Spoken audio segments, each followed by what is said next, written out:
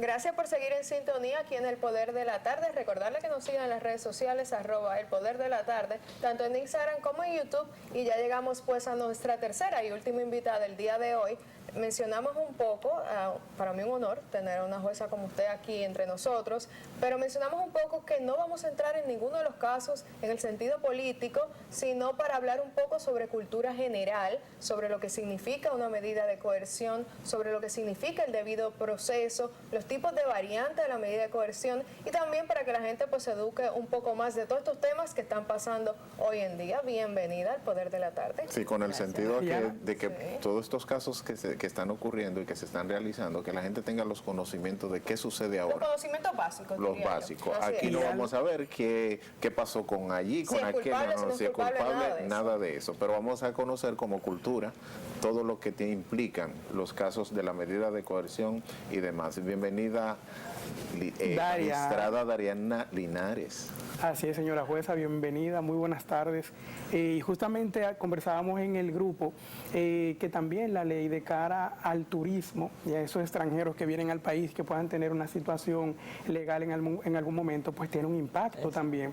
Y eso son quizás nociones que usted en su casa como información deba de tenerla, y vamos a aprovechar también este contacto para abordarle algunos temitas relacionados a eso, porque la naturaleza de nuestro programa, aparte de todo, es turismo también, aunque tratemos algunas cosas de naturaleza genérica en el contenido.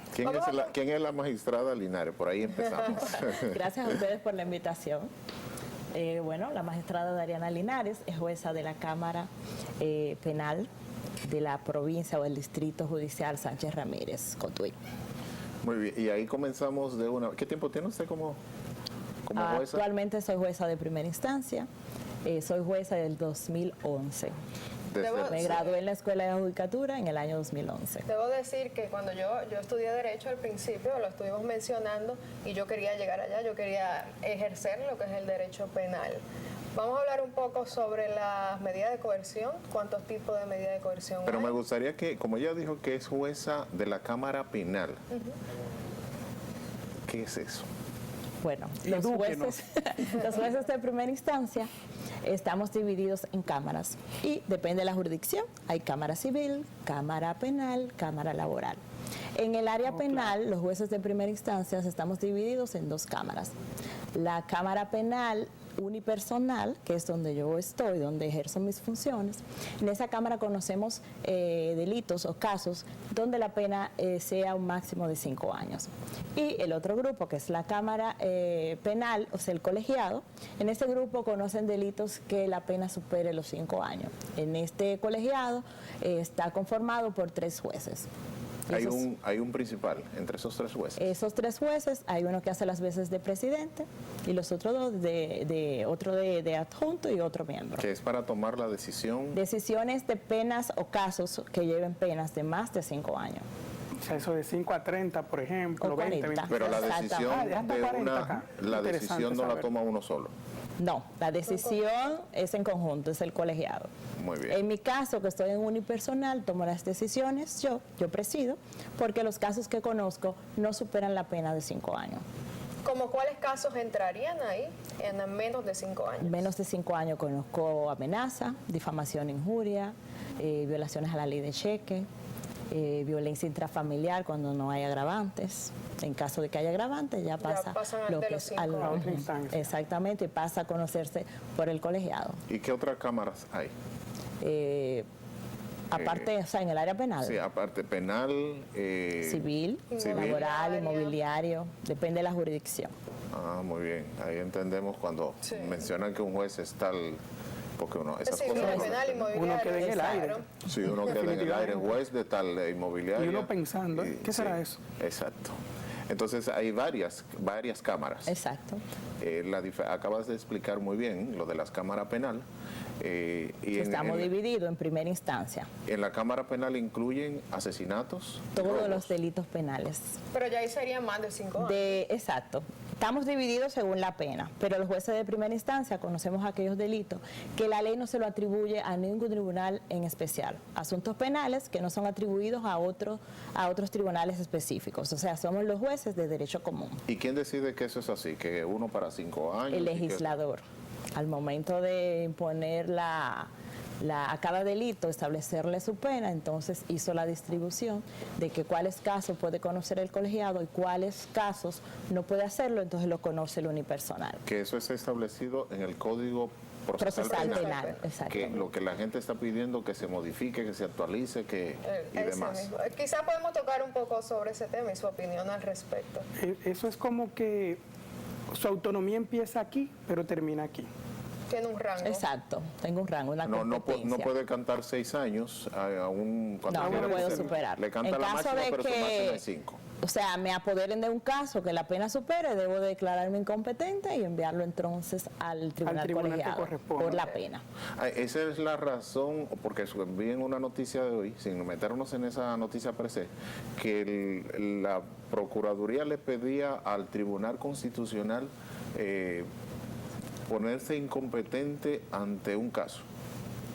Sería declararse incompetente. Hay varios tipos de incompetencia, entonces habría que ver qué tipo. Hay en cuanto a la materia, por ejemplo, yo no puedo conocer casos civiles. Claro. O sea, porque estoy designada en penal. No puedo conocer casos mayores de 5 años porque estoy en unipersonal. Hay diferentes tipos de incompetencia. Cuando usted dice no puede conocer, es que quizás su demarcación hasta donde usted llega no le permite. No me permite. Pero desde el punto de vista del marco de ley, usted sí pues conoce, obviamente. Sí, claro, si soy designada de cualquier, como en la actualidad, los casos que son reenviados a un doble juicio, entonces en esos casos me designan como presidenta del colegiado. Entonces lo ahí va a llegar con 2 jueces de paz. Porque pasa que quien está en sus casas escuchando, al igual que nosotros, no somos quizá a excepción de aquel que tuvo formación en leyes, quizá no somos expertos en la materia y bueno, pues el conocimiento es genérico y dentro de lo genérico hay limitantes. Exacto. Entonces así ellos quizá le escuchan hablar y digan, no, pero ¿y cómo así que esta jueza no va a saber de esto, de aquello? No, claro, señor, no es que no sepa. No es. Pasa es que en la actualidad estoy designada, pero puedo conocer cualquier tipo, o sea, penal, cualquier asunto ¿Ha participado en juicios o audiencias colegiadas? Sí, claro. O sea, de hecho, en la actualidad, cuando la Corte, por ejemplo, el tribunal colegiado conoce un caso, ese caso es recurrido en apelación. La Corte de Apelación, cuando entiende que que procede ese recurso incoado por el imputado o por el Ministerio Público o la parte querellante, entonces tiene la posibilidad de que se vuelva a realizar un juicio, un nuevo juicio a ese proceso. La ley lo impide, sí. Luego que se conoce la apelación, que hace el tribunal de alzada, que es el tribunal de corte, reenvía ese caso para que se le conozca otro juicio, un nuevo juicio. Entonces, por ley, los jueces que ya participaron deben declararse incompetentes, no pueden volver a conocer ese proceso. Estarían viciados. Entonces, ¿qué se hace? Se realiza un colegiado ad hoc, o sea, lo presido yo, que soy la presidenta de la Cámara Unipersonal, y me asignan 2 jueces de paz para poder conocer ese proceso. ¿Por qué juez de paz? Juez de paz porque en mi jurisdicción no hay más jueces penales de primera instancia. A mí siempre me llamó la atención. Como están los 3 del colegiado, no pueden conocerlo, entonces tenemos que auxiliarnos de los jueces de paz. Porque la gente entendería que los otros son de guerra. No. Vamos a entrar entonces, ya que lo más seguro el público ha escuchado en estos días medida de coerción, pero hay mucha diferencia de un juez. Por todos los medios, claro, radio, todo. prensa, televisión, digital. Un juicio de ¿Qué fondo, es la medida de coerción. ¿Qué es la medida de la coerción? Medida de coerción es en la etapa preparatoria, no tiene que ver con el juicio en sí, que es otra etapa del proceso. El proceso no se penal, ve, perdón que le interrumpa, si es culpable alguien. Exactamente, o si no es el proceso penal acusado. está dividido en 5 etapas. La primera etapa es la etapa preparatoria, donde inicia la investigación. La segunda etapa... magistrada, agárrelo ahí. Señores, escuchen en sus casas 5 etapas. 5 etapas. Como dominicanos debemos etapa conocer preparatoria, nuestros derechos. etapa intermedia, que es donde se conoce la audiencia preliminar. Tenemos el juicio en sí, tenemos la etapa recursiva, que es donde se conocen los recursos, y tenemos la etapa de ejecución, donde ya hay un juez, que es, valga la redundancia, el juez de ejecución, es el juez encargado de velar porque se cumplan esas penas impuestas en el tribunal de juicio. Detállenos la primera. En esa vamos a hablar en el día de hoy, que de la etapa preparatoria, porque ahí es que se conocen o se solicitan las medidas de coerción. Y lo que debemos saber todo, ¿verdad? Exactamente. Por lo que nos acusan. ¿Cuántos tipos de medidas de coerción? Las medidas de coerción son un instrumento del proceso. Y hago énfasis en que son un instrumento porque en ocasiones la persona entiende o la confunde con las penas. Cuando hablamos de pena, necesariamente debemos de haber declarado a una persona culpable. O sea, que su presunción de inocencia quede totalmente destruida. Sin embargo, en las medidas de coerción no hablamos de culpabilidad. Las medidas solamente tienen una finalidad, que es asegurar la presencia del imputado a todos los actos del proceso. En buen dominicano, que no se dé la fuga. Que no, exactamente, que no se escape o se sustraiga del proceso. Esa es la idea de las medidas de coerción. Con las medidas de coerción se inicia la investigación. Luego que se le impone medida de coerción a una persona, entonces el Ministerio Público, que es el encargado de realizar esa investigación, procede entonces, luego de que esa persona está sometida a esa medida de coerción, a realizar su investigación. Ahí puede haber entonces lo que sería prisión preventiva. Exactamente, hay varios tipos ¿Cuáles de serían medidas. en la medida de coerción? ¿Prisión preventiva? Hay varios tipos de medidas, o sea, se clasifican en dos grupos. Están las medidas personales, que son las que recaen sobre la persona, y están las medidas de coerción reales. ¿Y qué implica? Las reales recaen sobre el patrimonio de las personas. ¿Me decías? En las personales. Las personales que recaen sobre la persona, estas consisten en una restricción, lo que es al derecho a la libertad y a la movilidad. Tuya. Exactamente, Okay. O sea, ella restringe derechos fundamentales. Pero te pueden dar prisión preventiva en una cárcel o prisión domiciliaria. Exactamente, a eso vamos. Las medidas de coerción son 7. Y están establecidas en el artículo 226 del Código Procesal Penal. Iniciamos entonces con una garantía económica de posible cumplimiento impuesta por el juez. El juez además puede imponer impedimento de salida, ya sea del país o de un determinado territorio. También el juez puede imponer que esa persona esté bajo la custodia de una institución o de otra persona. Ahí tanto la institución como otra persona puede hacerse garante de presentar a ese imputado a todos los actos del proceso.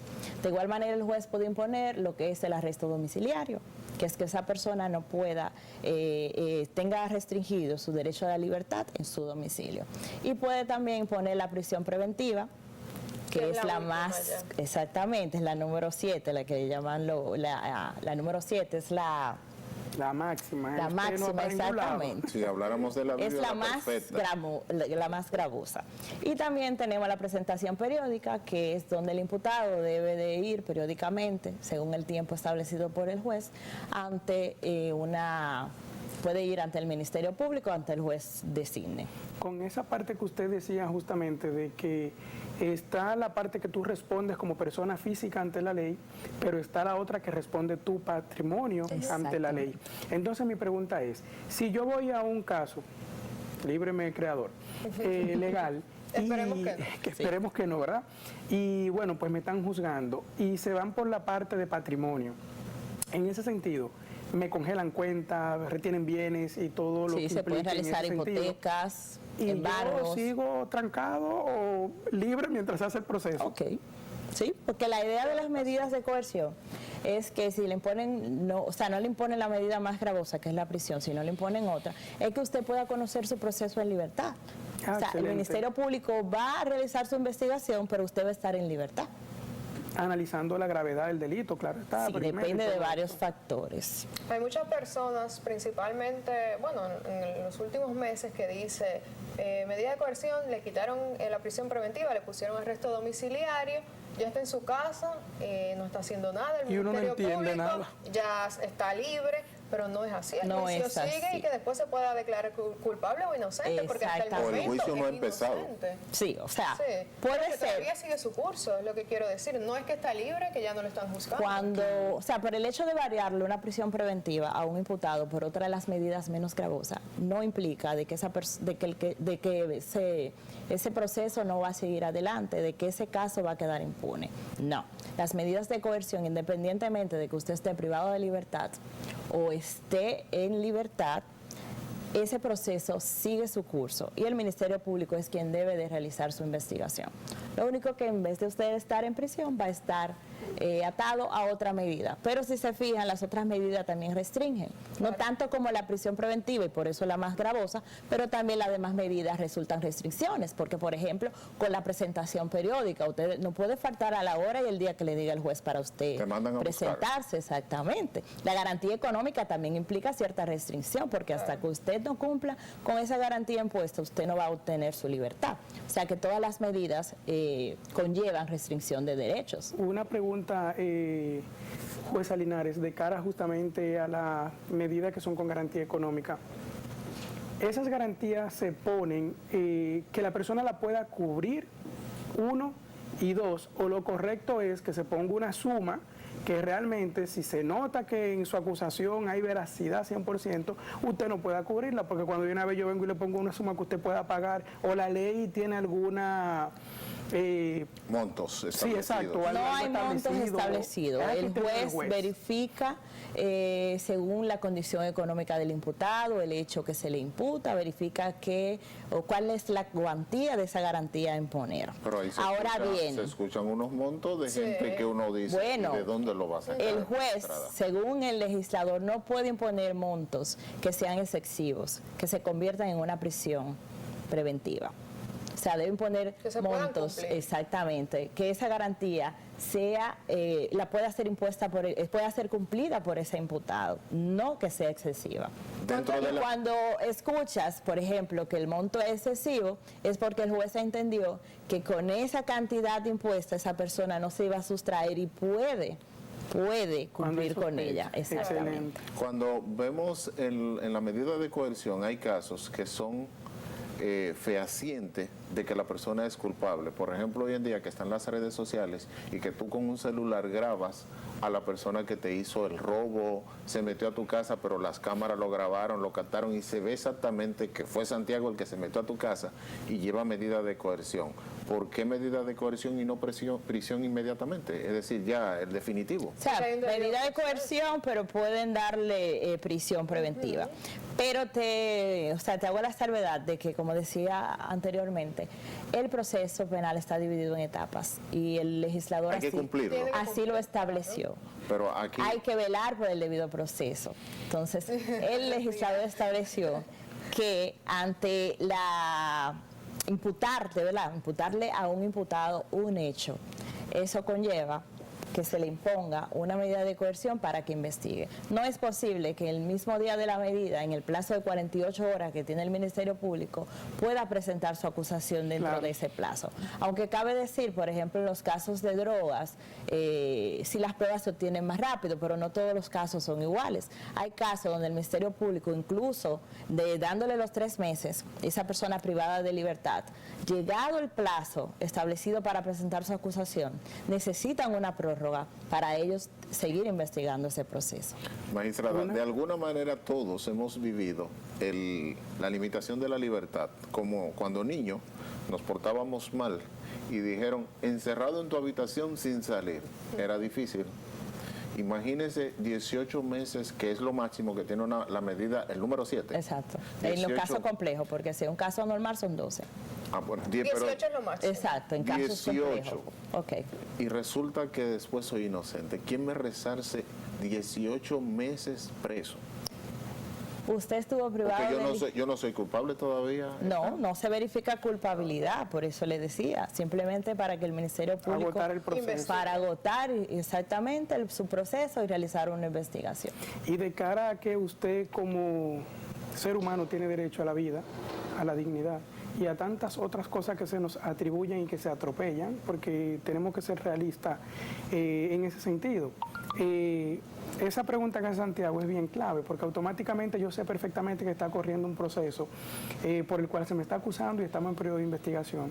Sin embargo, ese tiempo que yo duro privado de mi libertad, el cual es un derecho a la vida, vuelvo y cito, y un derecho que tenemos, el Estado es demandable. ¿A quién yo demando para que me recompense mi tiempo que no produzco, que no le doy calor a mi familia, que no guío a mis hijos, que dejo de vivir y que dañan mi dignidad y reputación? ¿A qué instancia se puede acudir con un caso así? Realmente, ¿A derechos humanos? El código habla de indemnización respecto al imputado, pero ya en la etapa de juicio, cuando éste demuestra su inocencia. Pero si a usted le impusieron una medida de coerción, hasta ahora yo no he visto ningún caso en el cual se haya indemnizado. No creo que en República Dominicana cumplan tampoco con eso. Con el debido respeto. Y en la mayoría de los casos que llegan a la medida de coerción, 12 meses, como cuando el caso no es complejo, al final la persona siempre por normalidad son culpables o inocentes, porque aún así, aunque se haga, hay presunción de inocencia hasta la etapa de juicio, hasta que se demuestre lo contrario. Lo contrario con la acusación presentada y las pruebas por el Ministerio Público, que es la parte acusadora. Pero yo me voy a unir a lo que dice la gente de la modificación del Código Procesal Penal, porque mire, mire, un día de cárcel es un día de cárcel. Yo me voy a unir. Yo sé que usted tiene que cumplirlo con claro, lo que establece la pena, pero a los legisladores deberían modificarse. Y aquí que trabajamos con nuestra Constitución, está basada en la de Francia, sí, porque la de Estados Unidos, las personas están en su casa. Es decir, cuando te fueron a buscar es que porque vas a caer preso. Es decir, ya el juicio está hay listo. Hay pruebas y todo, ya usted está... Realmente en el país, yo soy de la que entiendo que se ha realizado un uso excesivo de lo que es la prisión preventiva. Porque tal como tú estableces en Francia, por ejemplo en Estados Unidos, muchísimos casos, o sea, en su mayoría, las personas están en su casa. Sí. Y en otros países. O sea, aquí se ha realizado un uso excesivo, que yo entiendo, soy consciente en esa parte de que se ha realizado un uso excesivo de la prisión preventiva y podemos mejorar. Porque tal como tú dices, una persona privada de libertad en 3 meses puede perder su familia, perdió su reputación, porque en este país es sumamente difícil ya luego de que se... Sí. O sea, de luego de que usted lo publica en las redes y se le acusa, pueden pasar años y para la sociedad o las personas que no conocen más allá de lo que pasó con su proceso, usted sigue siendo culpable. Una última pregunta antes de irnos, Linares. ¿Cree usted que el dominicano tiene ese sentir de cara a la ley y a todas las decisiones que se toman en ese aspecto con los casos juzgados de mayor impacto para la sociedad? ¿Cree usted justamente que esa credibilidad o poca credibilidad que muchas veces manifestamos en redes sociales, y me incluyo porque hay casos que llaman la atención de manera poderosa, es ganada esa fama o somos injustos como espectadores? Yo entiendo que la sociedad muchas veces por desconocimiento opinan, o sea, hacen opiniones. Lo digo porque he escuchado casos y mató a una persona y se le impuso 3 meses. Ellos entienden que esos 3 meses es una pena y esos 3 meses es para que el Ministerio Público presente su acusación e investigue. Entonces he escuchado en las redes que dice, fulano se robó, por ejemplo, algo de poca monta y tiene otra medida de coerción. Entonces hay que ver cada caso en particular. Yo quisiera una última, porque ella canta sentencia. Por ejemplo, usted ha cantado sentencia que en algún momento ha entendido que la persona, aunque le mostraron las pruebas, que la persona no es culpable o es culpable, cualquiera de los casos. Los jueces estamos atados a lo que dicen las leyes y la Constitución. Claro. Entonces, al momento de conocer cualquier caso en particular, si las pruebas presentadas entiendo de que esa persona sea culpable o no, me debo a la ley, no a lo que daría la voluntad. Exactamente, a la voluntad del legislador, lo que estableció. Y si las pruebas son contundentes y establecen de que esa persona cometió el hecho, hasta ahí llega el papel del juez, hacer lo que la ley Nosotros dice. le volveremos a invitar. Sí, porque ya nos quedamos cortos de tiempo, pero de verdad gracias por aclararnos todo este tipo de dudas, este conocimiento básico sobre todo lo que está pasando en nuestro país, y de verdad que es bienvenida cuando usted quiera para tratar este y otro tipo de temas. Gracias por la invitación. Nosotros nos despedimos, gracias por estar en sintonía. Aquí otro miércoles de turismo en El Poder de la Tarde. Nos vemos la próxima semana. Chao, chao.